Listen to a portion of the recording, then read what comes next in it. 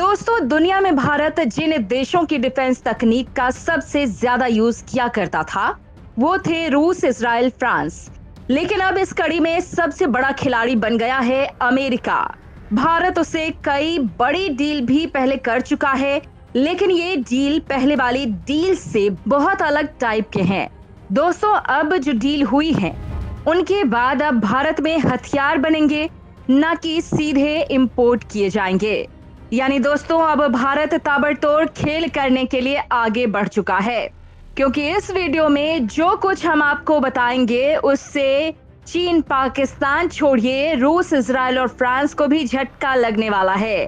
क्योंकि आज की डेट में 85 देशों में भारत के हथियार आग उगल रहे हैं और अब इसमें बहुत तेजी से तगड़ा खेल होने वाला है। दोस्तों, भारत ने उस ऊंचाई को हासिल कर लिया है जिसे देखकर रूस और चीन को भी मिर्ची लग रही है। भारत की इस नई सफलता ने पूरी दुनिया को हैरान परेशान कर दिया है, क्योंकि अब न केवल भारत हथियारों के मामले में आत्मनिर्भर हो रहा है, बल्कि दूसरे देशों को हथियार एक्सपोर्ट भी कर रहा है। और तो और, अब तो भारत भी डिफेंस एक्सपोर्ट के मामले में सभी रिकॉर्ड तोड़ चुका है। पूरी खबर जानकर आपको अपने देश की तरक्की पर गर्व जरूर होगा। तो खुशी की इस खबर को पूरा जानने के लिए पूरे वीडियो को जरूर देखें। दोस्तों, भारत का डिफेंस एक्सपोर्ट 9 साल में 23 गुना बढ़ गया है, क्योंकि ये आत्मनिर्भर भारत की एक बड़ी छलांग है। दोस्तों, 2013-14 में भारत का डिफेंस एक्सपोर्ट केवल 686 करोड़ का था, मतलब 700 करोड़ भी नहीं था। लेकिन साल 2022-23 में ये बढ़कर 16,000 करोड़ तक पहुंच गया है। मतलब दोस्तों, पॉलिसी में कुछ ना कुछ चेंज तो हुआ है। ये पिछले फाइनेंशियल ईयर की तुलना में लगभग 3,000 करोड़ अधिक, यानी कि लास्ट ईयर 2021-22 की बात करें तो उससे 3,000 करोड़ बढ़ गया है। तो किस रेट पर बढ़ रहा है ये भी देखना चाहिए। भारत 85 से अधिक देशों को हथियार एक्सपोर्ट कर रहा है। इसमें श्रीलंका, फ्रांस, रूस, मालदीव, इजराइल, नेपाल, सऊदी अरब और पोलैंड जैसे कई देश भी शामिल हैं। आज से कुछ साल पहले तक भारत हथियारों के साथ अपनी दूसरी डिफेंस जरूरतों के लिए दूसरे देशों पर निर्भर था।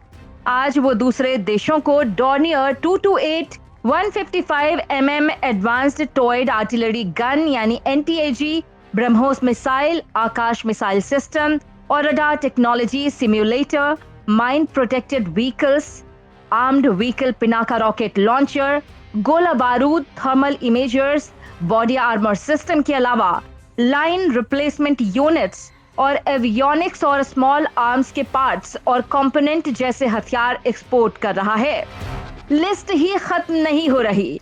दूसरे देशों की ओर से LCA, Tejas, light combat helicopters, aircraft carrier, MRO activities की मांग लगातार बढ़ रही है।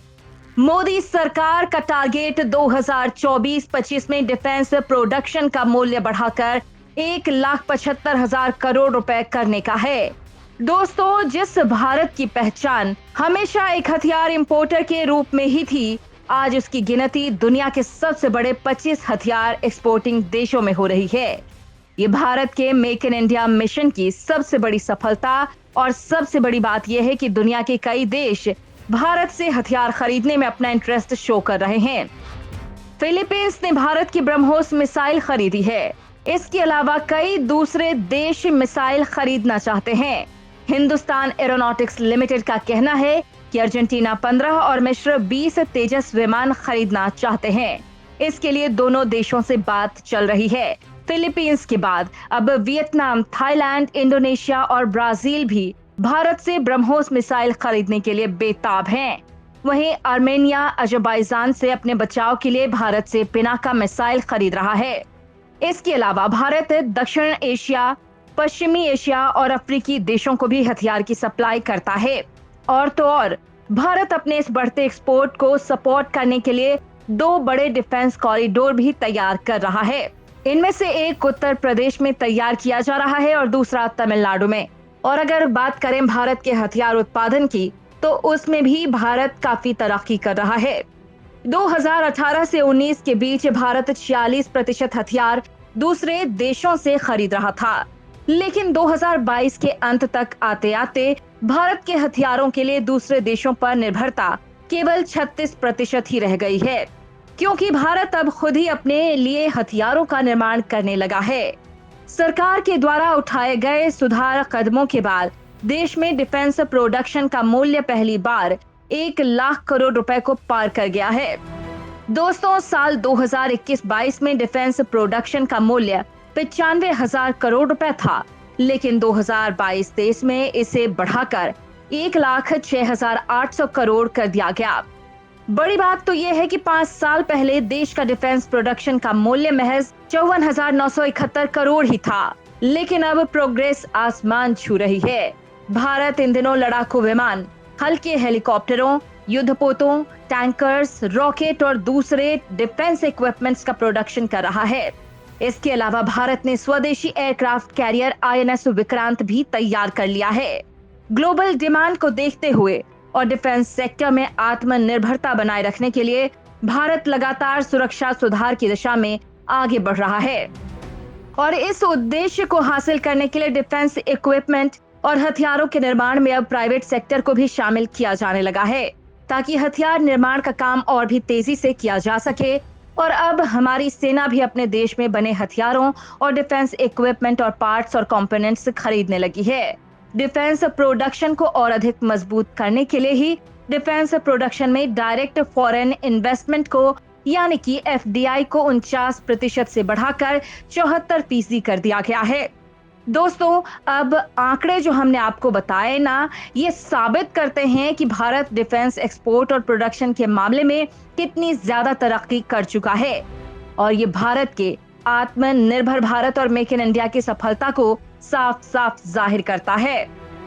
भारत का डिफेंस एक्सपोर्ट बढ़ने का सबसे बड़ा कारण भारत सरकार के द्वारा उठाए गए कदम हैं। डिफेंस एक्सपोर्ट को बढ़ावा देने के लिए सरकार ने पिछले 5 वर्षों में कई नीतिगत पहल और सुधार कार्य किए हैं। एक्सपोर्ट करने के प्रोसीजर को सरल बनाया गया है। ऑनलाइन एक्सपोर्ट ऑथराइजेशन के माध्यम से एंड टू एंड डिले को कम करने और व्यापार को आसान बनाए रखने के लिए कई प्रयास किए गए हैं। सरकार ने एक्सपोर्ट के लिए ओपन जनरल एक्सपोर्ट लाइसेंस भी जारी किया है। ये एक वन टाइम एक्सपोर्ट लाइसेंस है। ये लाइसेंस एक निश्चित समय के लिए बनाया जाता है और उस अवधि में कोई व्यापारी अपने प्रोडक्ट को दूसरे देशों में आसानी से एक्सपोर्ट कर सकता है। शुरुआती समय में इसकी टाइम लिमिट 2 साल होती है। इससे व्यापारी को बार बार परमिशन लेने के चक्कर नहीं काटने पड़ते, परेशानी नहीं होती है, जिससे समय और पैसे की बचत होती है और एक्सपोर्ट भी आसान हो जाता है। जब भी भारत सरकार के पास किसी डिफेंस एक्सपोर्ट की डिमांड आती है, उससे इंडियन डिफेंस एक्सपोर्टर के पास ऑनलाइन पोर्टल के माध्यम से फॉर्म पहुंचा दिया जाता है, ताकि जल्द से जल्द उसकी जरूरत को समझकर उनके डिफेंस एक्सपोर्ट से रिलेटेड सवालों के जवाब दे सकें। अगर बातचीत के बाद डील फाइनल हो तो जल्द ही हथियार एक्सपोर्ट कर दिए जाते हैं। भारत सरकार लगातार डिफेंस प्रोडक्शन, डिफेंस एक्सपोर्ट पर निगरानी बनाए हुए है, क्योंकि ये सेक्टर अब भारत के लिए सोने का अंडा देने वाली मुर्गी साबित होने वाली है। प्रधानमंत्री मोदी ने भी भारत की सफलता पर ट्वीट करते हुए बधाई दी है और कहा है कि भारत की प्रतिभा मेक इन इंडिया के प्रति उत्साह की स्पष्ट अभिव्यक्ति है। ये दर्शाता है कि पिछले कुछ वर्षों में इस क्षेत्र में सुधार अच्छे परिणाम दे रहे हैं और हमारी सरकार भारत को डिफेंस प्रोडक्शन हब बनाने के लिए हर संभव सहायता देने के लिए तैयार है। दोस्तों, भारत की कामयाबी अब चीन और पाकिस्तान के गले नहीं उतर रही है। ये तरक्की उनके लिए तो सबसे बड़ा शौक है, क्योंकि अगर भारत डिफेंस सेक्टर में आत्मनिर्भर हो गया तो सबसे बड़ा खतरा उनके सर पर ही मंडराएगा। भारत सरकार पूरी तरह से ठान चुकी है कि उसे देश को डिफेंस के मामले में पूरी तरह से आत्मनिर्भर बनाना है, क्योंकि तभी हम अपनी सीमाओं की सुरक्षा सकुशल कर पाएंगे। क्योंकि अब जब भारत दुनिया की सबसे ज्यादा आबादी वाला देश बन चुका है, तो हमें ये भी साबित करना होगा कि हमारे पास क्वालिटी भी है और क्वांटिटी भी। क्योंकि कुछ समय पहले चीन ने कहा था कि भारत के पास केवल क्वांटिटी है, क्वालिटी नहीं। तो यही समय चीन और पूरी दुनिया को गलत प्रूव करने का है। और दोस्तों, इस वक्त मोदी ने अमेरिका के साथ जो बड़ी डील्स की हैं, वो इस प्रोडक्शन लाइन को तेजी से बढ़ाने वाली है।